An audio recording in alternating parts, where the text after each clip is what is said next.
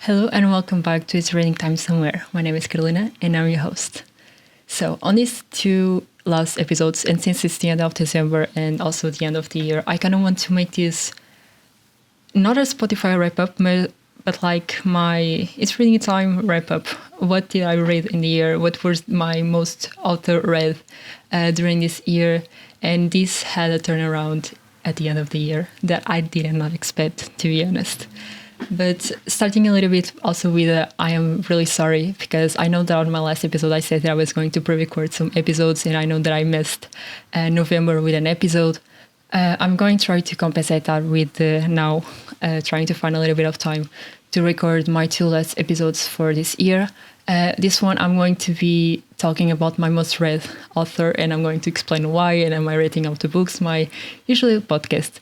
And the second episode I'm going to launch now in the end of December is going to be about a wrap-up of all the books that I've read this year, what I suggest you to read, what is you're not wasting your time reading, or what is a total waste of time to read, because I know that now on the last books, my last three books I read this in December, one of them I gave it 1 star. So I really don't want you guys to going to read it and lose your time like I did. So I'm going to suggest that, but it's on the other episode. But I'm also again with a sorry, because I know that I said that I was trying to pre-record some episodes, so in case I didn't have time, I'm going to upload it anyways. Even I didn't have any time during these last 3 months of the year. And now on January, I'm going to start my exam season on university. And I'm trying now to have shorter episodes, so I can upload them faster in a way, like saying upload them more frequently, rather than passing 1 to 3 months without posting anything and leaving this podcast to the ghosts. But yeah, besides this, let's start talking about my most read author of this year. Like I said before, this year I really had a turnaround about what author I read the most. For example, I really thought that in the beginning of the year that one of my most read authors that I was going to read this year was going to be Carissa Broadbent. And then in March, April, I really thought there was going to be Stephanie Garber, and I'm not going to be near Stephanie Garber. But then in July, June, when I know that Carissa Broadbent was going to launch new books, I really thought again, oh my God, my most read author of this year is going to be Carissa Broadbent for sure. Until now, in the late of November, I decided to give another chance to Haley Hazelwood. So let's begin now with my history of Haley Hazelwood's story. I read my first book of Haley Hazelwood was Bright. I read it in March or February, I don't remember.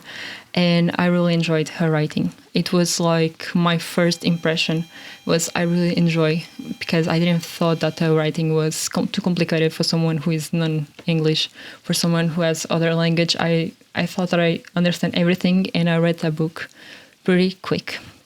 Then I decided to read a smaller book that she had, that she actually launched on my birthday, which is 11th of October. And I thought, oh my God, it might be a sign. So I'm going to give it on a try since it was launched on my birthday.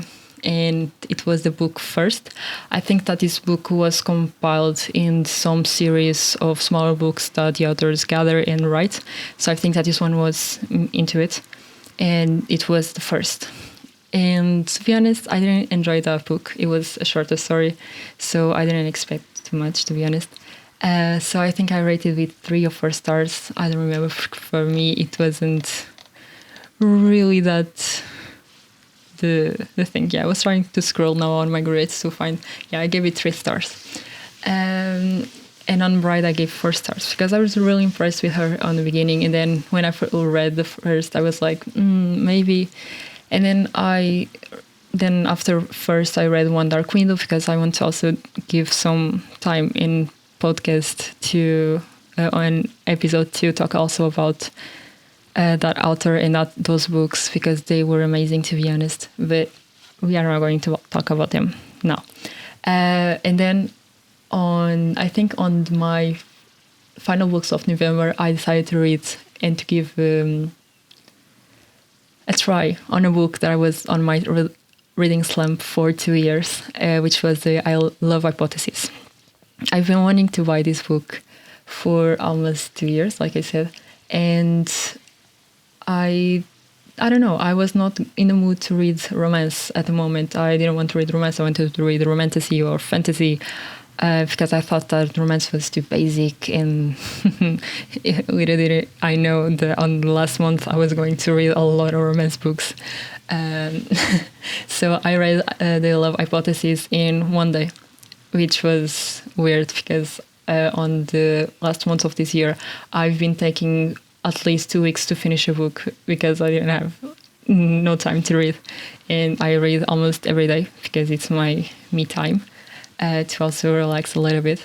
And when I literally stopped doing whatever I was doing and I was only reading Love Hypothesis, I really put a pause on my work for that day to read the Love Hypothesis, because I don't know if it was the first time I was reading a romance book after so long, after almost 20 years of reading fantasy and romantasy constantly, that I felt that the book was amazing.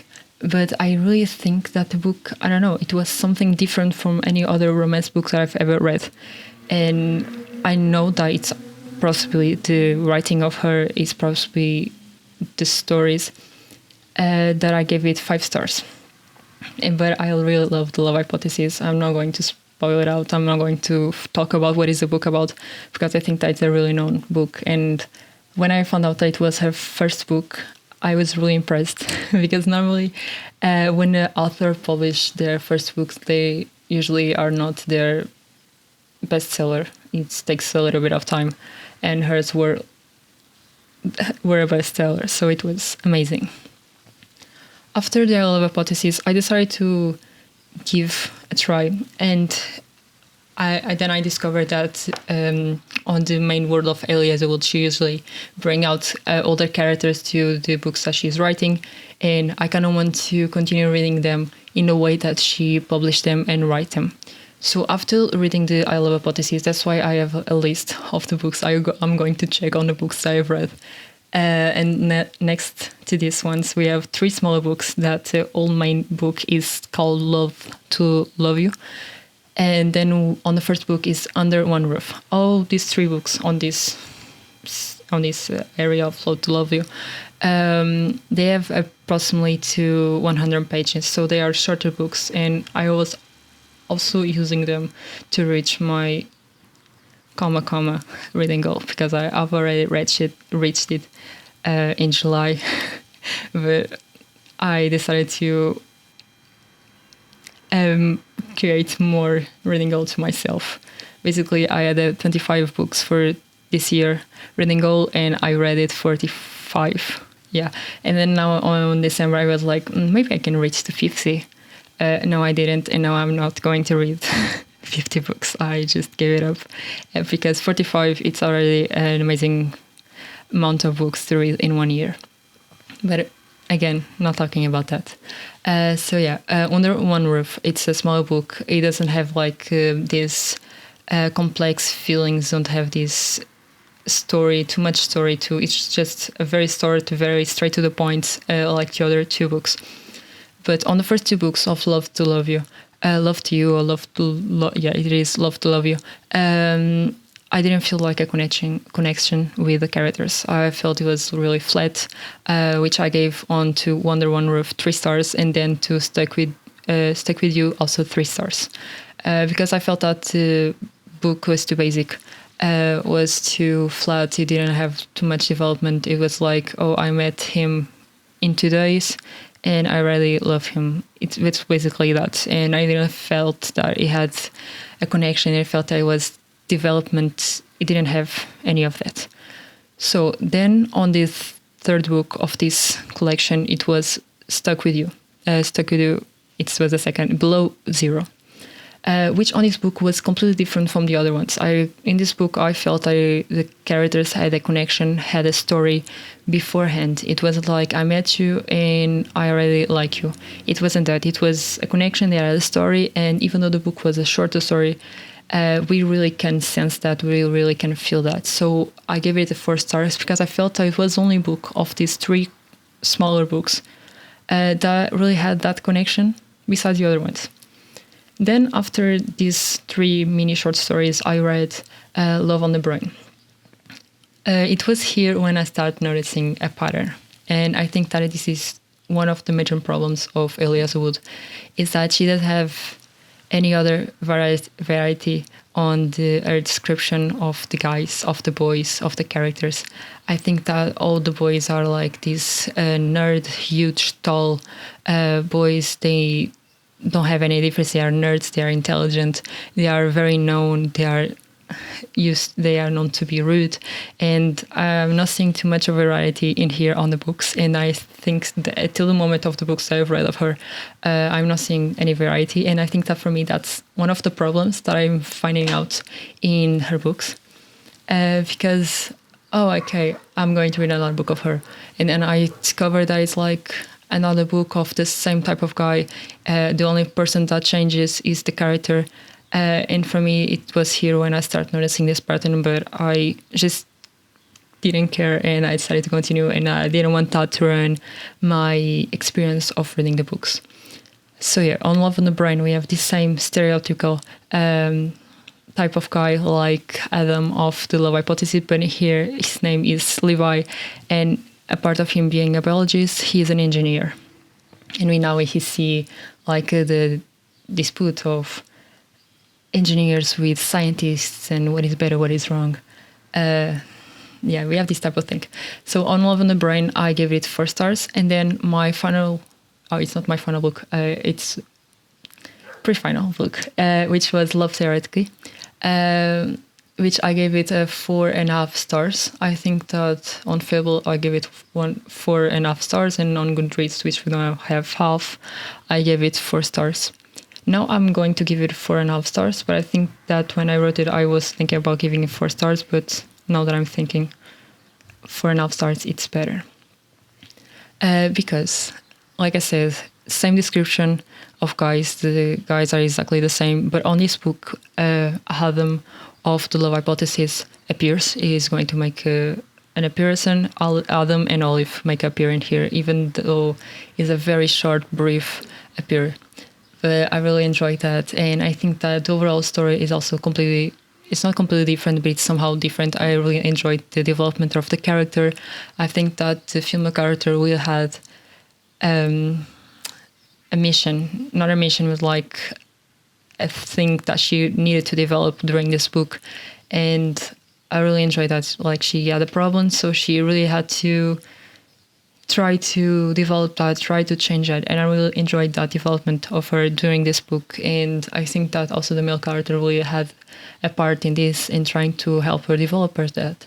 So I really enjoyed this book. It wasn't for me a 5-star because the start was really slow. It wasn't a book that catch me. It wasn't a book that I read in one day like The Love Hypothesis, but it was a book that at the end I was enjoying it, but I just wanted to read it. But overall the story was good, but it was like when it was on The Love on the Brain, when I started noticing these generic things that the writer didn't have much creativity on. When I was like starting to get my reading slump, like, oh my god, again, I'm going to read this again. Even though before I said that was my last book, I actually read one shorter book of her on Christmas Day, because I thought it was really funny to read like a Christmas this year, because I really wanted to read Akhtar this year, the silver Akhtar, the blue one, and I'm not remembering the name of it,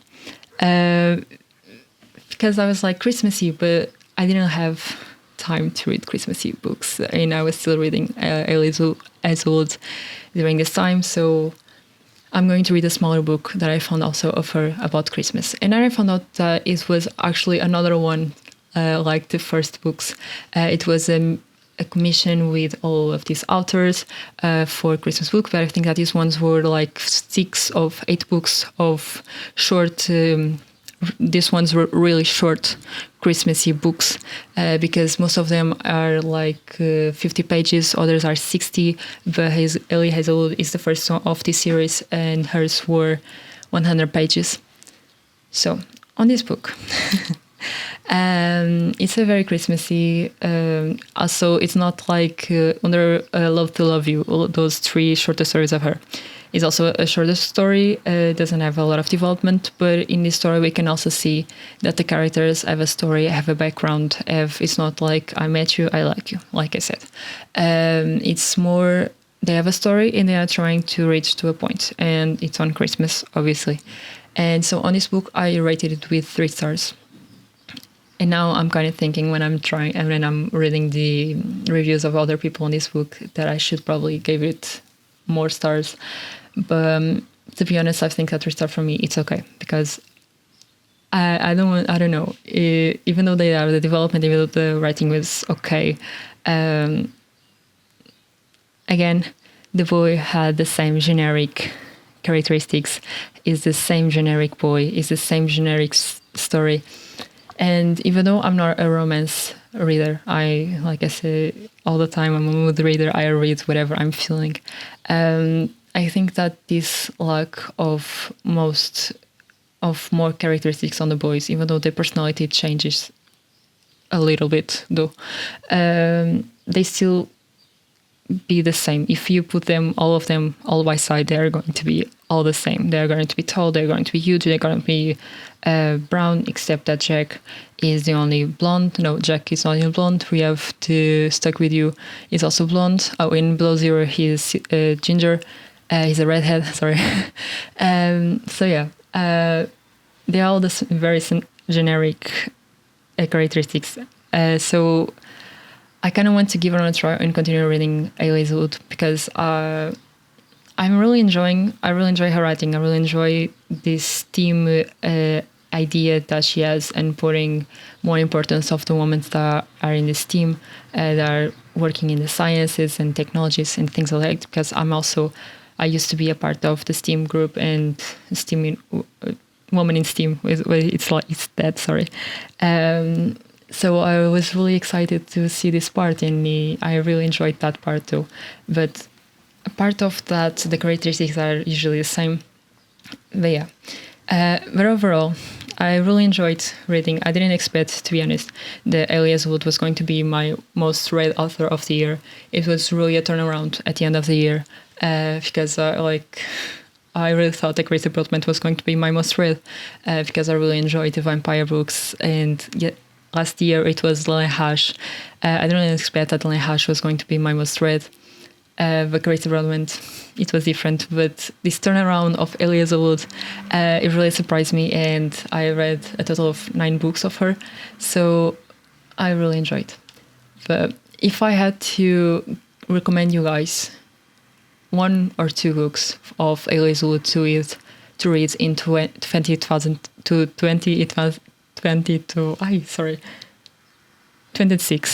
It's going to be like that. I'm having a brain fart. It is Love Hypothesis and Love Theoretically, because I think that those 2 books are completely different from any romance book. Even though that I suggest one of my friends to read Love Hypothesis, and she used to read romance books, she felt that it was basic, it was a romance, it was an okay romance. For me, for someone, if you are a romantic reader or a fantasy reader, and you want to escape to something a little bit romance, and I think that these 2 books are really going to it. On to 2026, I'm going to say it like that. I really want to continue reading Elie Hazelwood, but I have another idea of what books do I want to read in 2026, because I kind of want to start some bigger books. I don't want to be preoccupied with if I read smaller books this year, because I want to reach my reading goal, and I kind of want to start diving in more series next year. So probably it's probably going to happen like it happened on this year, but I didn't really expect to read romance books this year overall. But probably in the somewhere in the middle of the year I'm going to read it. But yeah, so Elias Wood was my most read of author of the year. On the next episode, I'm going to speak about my wrap up of the year, what books I suggested to read, what books you shouldn't read, and to also wrap up this episode, what book I'm currently reading at the moment. So currently I'm reading Emily Wilde's the second book. I'm not going to try to read the name. I don't remember the name of the book. Probably when I finish it, I'm going to know the name of the book. But when I was in this area of STEAM, woman in STEAM, of woman in this area of researching and things like that, I was still in the mood of that, but I didn't want to read a romance. I was trying to get back to a fantasy and cozy fantasy. So I kind of want to give it on a try on Emily White's too.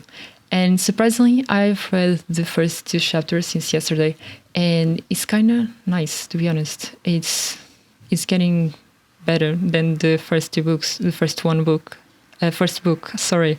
It's surprising. It's I don't know. So yeah, that is what I'm reading at the moment. I don't know if I'm going to finish it on this year, but I'm not trying to rush it anymore. I am okay with my reading goal. So yeah, that's it. So in case you enjoy this podcast, I really highly suggest to follow this podcast, make it a like, and I really expect you on the next episode. So in case you haven't guessed it, it's always reading time somewhere. Bye!